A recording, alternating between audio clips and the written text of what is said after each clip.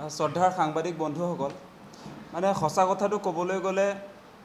যেনেকৈ আমাৰ ছাত্ৰ মুক্তিৰ সভাপতি পাপু দত্তই উত্থাপন কৰিছে যে আমাৰ হিয়াৰ আমঠু জুবিনদাৰ ন্যায়ৰ কাৰণে সংবাদমেল দিবলগীয়া এই কথাটো অত্যন্ত দুৰ্ভাগ্যজনক। আমি কেতিয়াও কল্পনা কৰিব পৰা নাছিলোঁ যে মুখ্যমন্ত্ৰী ডাঙৰীয়াই কয় যে জুবিনদাৰ আটাইতকৈ ডাঙৰ তেওঁ অনুৰাগী, ফেন বুলি কয়। আৰু এতিয়া আপোনালোকে নিশ্চয় দেখিছে মুখ্যমন্ত্ৰীজনৰ নেতৃত্বত আচলতে ইতিমধ্যে গোটেই গোচৰটো CIDক হেণ্ডেল কৰিবলৈ দিয়া হৈছে, SIT গঠন কৰিছে। আৰু এইটো আমি বিৰোধিতা কৰাৰ মূল কথাটো হৈছে আপোনালোক সকলোৱে জানে যে CID বা SITৰ এটা মানে অসমৰ তেওঁলোক এজেঞ্চি হিচাপে অলপমান তেওঁলোকৰ কাম কাজত সীমাবদ্ধতা আছে। গতিকে ঘটনা ঘটিছে ছিংগাপুৰত আৰু ইয়াৰ তদন্ত এতিয়া দিয়া হৈছে CIDক, অসমৰ এটা অনুষ্ঠানক। গতিকে এইটোত আমি কেতিয়াও আচলতে সন্তুষ্ট নহয়, সেই কথাটো আমি পূৰ্বৰে পৰা কৈ আছোঁ। আৰু আমাৰ দাবীটো হৈছে যে এই জুবিনদাৰ মৃত্যু মুখলৈ ঠেলি দিয়া যিটো ঘটনা, যিবিলাক অভিযুক্ত ইতিমধ্যে ওলাইছে, আপোনালোকে দেখিছে যে অভিযুক্তবিলাকৰ এগেইনষ্টত যি ধৰণৰ কাৰ্যসূচী CIDৰ হ'ব লাগিছিলে সেইটো আমি দেখিবলৈ পোৱা নাই। আজি আপোনালোকে নিশ্চয় দেখিছে ভাৰততে ইতিমধ্যে মেইন যিগৰাকী কালপ্ৰিট সিদ্ধাৰ্থ শৰ্মা, সেইগৰাকী ব্যক্তিক অসম পুলিচে বা মুখ্যমন্ত্ৰীয়ে নিজেও লগ পাই আহিছোঁ বুলি কৈছে। তাৰ পাছতো কিন্তু আজিৰ দিনটোলৈকে সেই ব্যক্তিগৰাকীক, যিজন আচলতে মেইন কালপ্ৰিট, যিগৰাকীৰ নেতৃত্বত আজি জুবিনদাৰ নিচিনা এগৰাকী ব্যক্তিক আমি হেৰুৱাবলগীয়া হ'ল, তেখেতক আজিৰ দিনটোলৈকে CIDয়ে হওক অসম পুলিচে হওক গ্ৰেপ্তাৰ নকৰে। এই কথাবিলাকে ইয়াকে প্ৰমাণ কৰিছে যে আমি অসমবাসী ৰাইজে যিটো আশা কৰিছোঁ, জুবিনদাৰ ন্যায়ৰ কাৰণে যিবিলাক কথা আমি ভাবি আছোঁ সেইবিলাক নহ'বগৈ যেন লাগি আছে। আমি জুবিনদাক ন্যায় দিব নোৱাৰিম যেন লাগিছে। সেই কথাটো আমি এইকাৰণেই ক'বলগীয়া হৈছে যে আপোনালোকে নিশ্চয় দেখা পাইছে যে যিবিলাক অভিযুক্তৰ বিৰুদ্ধে আমি ইতিমধ্যে গোচৰ দিছোঁ তেওঁলোকক আজিৰ দিনটোলৈকে, গোটেই কেইগৰাকীক আজিৰ দিনটোলৈকে সোধপোছ নকৰে। অসমতে দপদপাই আছে সেইবিলাক মানুহ। ছিংগাপুৰলৈ জুবিনদাৰ লগত যোৱা সেই নৰ্থ ইষ্ট ফেষ্টিভেল, শ্যামকানু মহন্তৰ যিটো অনুষ্ঠান, তালৈ যোৱা কেইবাগৰাকী ব্যক্তি গুৱাহাটীতে আছে। সেই লোকসকলক আপোনাৰ সোধা পোছা কৰিবনে নাই তাৰ নিশ্চয়তা নাই। আজি নিশিতা গোস্বামীৰ কথাটো আহিছে, আজি সঞ্জীৱ নাৰায়ণ ডাঙৰীয়াৰ কথাটো আহিছে। তেওঁলোক দোষী নে নিৰ্দোষী সেই কথাটো আমি কোৱা নাই, যিহেতু মুখ্যমন্ত্ৰীয়ে নিজে ঘোষণা কৰিছিলে যে যিসকলে আচলতে ছিংগাপুৰলৈ গৈছিলে সেই অনুষ্ঠানটোৰ কাৰণে সকলোকে 48 ঘণ্টাকৈ জেৰা কৰাৰ কথা কৈছিলে। আৰু তেওঁলোকৰ জেৰাটো আমি দেখিলোঁ যে 4-5 ঘণ্টা আপোনাৰ ক'ৰবাত ৰেড কৰিছে, শ্যামকানু মহন্তৰ ঘৰ ৰেড কৰিছে,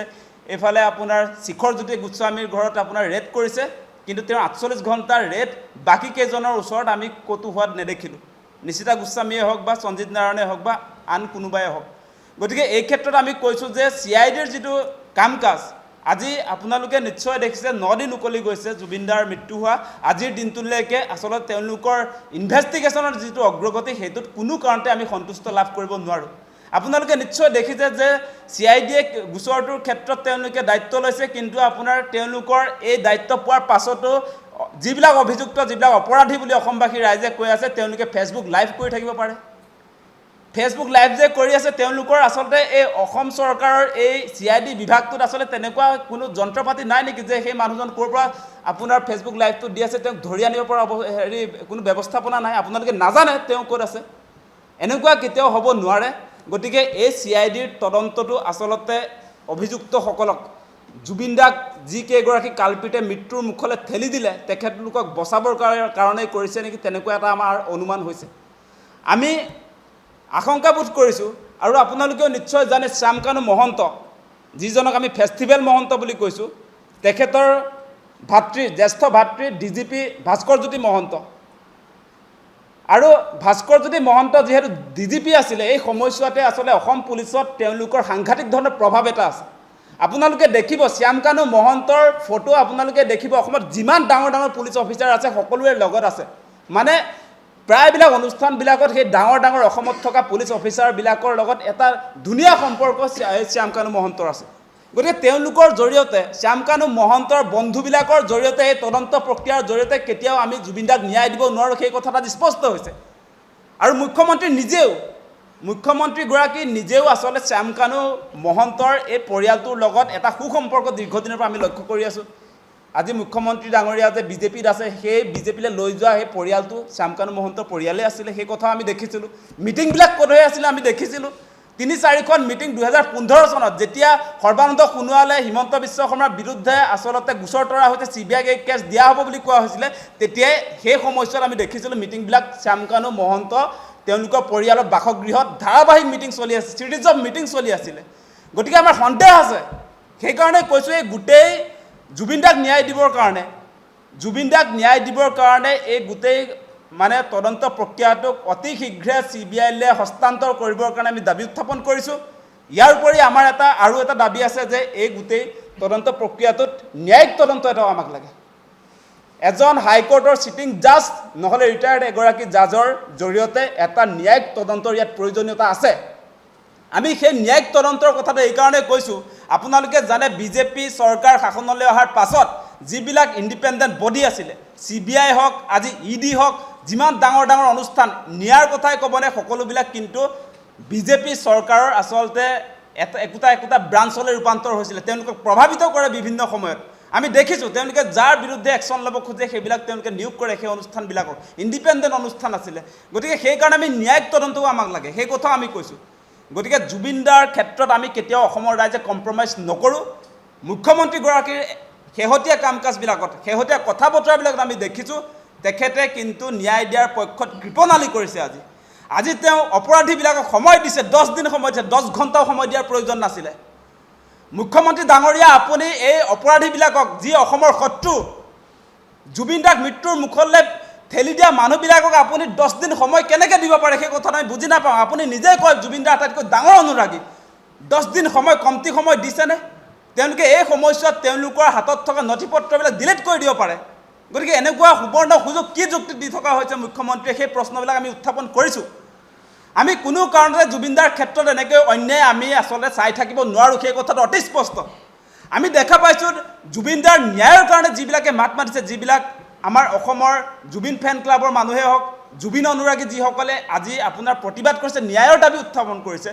সেই মানুহবিলাকক তেওঁলোকে CIDৰ প্ৰথম তদন্তটোতে আমি দেখিলোঁ যে অভিযুক্ত জুবিন দাক মৃত্যুৰ মুখলৈ ঠেলি দিয়া ব্যক্তিসকলৰ বিৰুদ্ধে সেই তদন্ত নহয় প্ৰথম দিনটো যোৰহাটত গুচি গ'ল গুৱাহাটীৰ পৰা CIDৰ দল 12জন জুবিন অনুৰাগীক ধৰিবলৈ সেইটো কি আচলতে আমি দেখা নাই সেই কথা বতৰাবিলাক তেওঁলোকে অভিযোগ দিছে যে জুবিন অনুৰাগীয়ে গুৱাহাটীত বোলে উৎপাত কৰিছিলে অশান্তি কৰিছিলে উদ্ভণ্ডালি কৰিছিলে আপোনালোকৰ টিভিত ক'তো প্ৰচাৰ হোৱা নাই আমি দেখিছোঁ জুবিন অনুৰাগীয়ে আপোনাৰ যিমান মানুহ আহিছে সকলোকে সহযোগিতা কৰিছে ইভেন পানী দিছে কোনোবাই কিবা আপোনাৰ সেই সমাগমত কাৰোবাৰ বিপদ হৈছে সকলোকে সহায় কৰা আমি দেখিছোঁ এইটো কি তদন্ত চলিছে আজি জুবিন দাক ন্যায় দিব খোজা মানুহৰ বিৰুদ্ধে তেওঁলোকে তদন্ত কৰিছে আজি আপোনালোকে দেখিছে অজয় ফুকনেও জুবিন দাৰ ন্যায়ৰ কথা কৈছে তেখেতক আজি জেলত ভৰাইছে আজি ভিক্টৰ দাসে আপোনাৰ জুবিন দাৰ ন্যায়ৰ কাৰণে মাত মাতিছে তেওঁক জেলত ভৰাইছে আজি আপোনাৰ আমি মাত মাতি আছোঁ আমাৰ বিৰুদ্ধেও তেওঁলোকে সাংঘাতিক ধৰণৰ অপপ্ৰচাৰ চলাইছে যোৱাকালি এটা সাংঘাতিক ধৰণৰ ঘটনা ঘটিছে আপোনালোকক কৈ দিওঁ যদিহে বেয়া নাপায় বিজেপিৰ ফালৰ পৰা বিজেপিৰ আপোনাৰ তেওঁলোকৰ মূল যি মুখপাত্ৰ কিশোৰ উপাধ্যায় নামৰ ব্যক্তিগৰাকীয়ে আমাৰ নামত আপোনাৰ পোষ্টাৰ বনাইছে কেনেকুৱা ভয়ংকৰ অভিযোগ আমি জুবিন দাক যিটো সময়ত ন্যায় দিব লাগে বুলি আমি সামাজিক মাধ্যমত বা টেলিভিছন মাধ্যমত আমাৰ বক্তব্য ৰাখিছোঁ তেতিয়া আমাৰ বিৰুদ্ধে তেওঁলোকে এখন পোষ্টাৰ উলিয়াইছে আমি কৈছোঁ বোলে জুবিন গাৰ্গ ডাঙৰীয়াক আমাৰ হিয়াৰ আমঠু আমাৰ প্ৰাণৰ স্পন্দন সেইগৰাকী ব্যক্তিক যেনেকৈ আচলতে ছিংগাপুৰত হত্যা কৰা হ'ল বা মৃত্যুৰ মুখলৈ ঠেলি দিয়া হ'ল মুখ্যমন্ত্ৰীক বধ কৰিব লাগে বুলি বিজেপিৰ আপোনাৰ মুখপাত্ৰবিলাকে প্ৰচাৰ কৰি আছে এখন আপোনাৰ মোৰ নামত আকাশ দলৰ নামত নেম প্লেট বনাই তেওঁলোকে প্ৰচাৰ কৰি আছে ইয়াতে আপোনাৰ DGPৰ লগতে আপোনাৰ মুখ্যমন্ত্ৰীক তেওঁলোকে টেগ কৰি দিছে এনেকুৱা ধৰণৰ তেওঁলোকে আমাৰ আচল ন্যায়ৰ দাবীত যিটো আন্দোলন হ'বলৈ গৈ আছে সেই বিষয়বিলাক আজি ডাইভাৰ্ট কৰিব খুজিছে আমি বেলেগ কোনো বিষয় এতিয়া চিনি নাপাওঁ আমি মূল কথাটো হৈছে আমাৰ মূল কথা হৈছে যে জুবিন দাৰ ন্যায় লাগে সেইটোৱে অসমবাসীৰ জাতীয় স্বপ্ন এতিয়া জুবিন দা যিকোনো মূল্যৰ বিনিময়ত ন্যায় পাবই লাগিব জুবিন দাক বাদ দি অসম নহয় সেই কথাটো অতি স্পষ্ট আমি অসমৰ মানুহে কেতিয়াও আমি ভাবিব নোৱাৰোঁ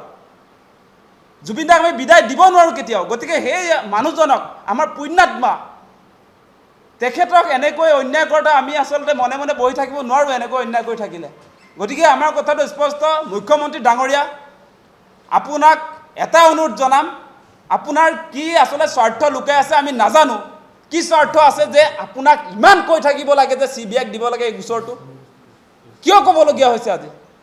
আজি CIDৰ আমি ইতিহাসটো দেখিছোঁ নহয় আপোনাৰ মুখ্যমন্ত্ৰীৰ পাছত তেওঁলোকৰ যিবিলাক ইনভেষ্টিগেশ্যনৰ কাম কাজ দিয়া হৈছে সেইবিলাক আমি দেখি আছোঁ তো সন্মুখত আজি জোনমণি ৰাভাৰ কেছটো কি হ'ল CIDয়ে লৈছিলে নহয় তাৰ ৰিজাল্ট কি হ'ল আজি আপোনালোকে নিশ্চয় দেখা পাইছে এইটো ট্ৰেডিং কেলেংকাৰী যে CIDক দিয়া হৈছিলে সেই কেলেংকাৰী মানুহবিলাকে 2-3 মাহৰ ভিতৰত যে গোটেইবিলাকে যে দুখমুক্ত হৈ ওলাই আহিছে সেই CID ইনভেষ্টিগেশ্যন তেনেকুৱাহে আপোনালোকৰ আমি দেখি আছোঁ তো গতিকে আমাৰ কথা স্পষ্ট আমি নামানো মুঠতে আমাক CBI তদন্ত লাগে ছিংগাপুৰত ঘটনা ঘটিছে অসমৰ ঘটনাতে আজি CIDয়ে সমাধান কৰিব পৰা নাই অসমৰ ভিতৰৰ ঘটনাক CIDয়ে সমাধান কৰিব পৰা নাই ছিংগাপুৰত গৈ তেওঁলোকে সমস্যা সমাধান কৰিব আজিৰ দিনটোলৈকে আজি 9 দিন উকলি গ'লে CIDৰ বাহিনী গৈছে নেকি ছিংগাপুৰত যিবিলাকে সেই চামকানু মহন্তৰ যিটো ফেষ্টিভেল আজি নৰ্থ ইষ্ট ফেষ্টিভেলত যিবিলাক মানুহ জড়িত আছিলে জুবিনদাৰ আপোনাৰ সেই সময়ছোৱাত সাগৰত যিবিলাকে সাঁতুৰিবলৈ গৈছিলে সেই লোকসকলক এতিয়ালৈকে তেনে হুটপুচ কৰিছে না আজি 9 দিনত ইয়াত আপুনি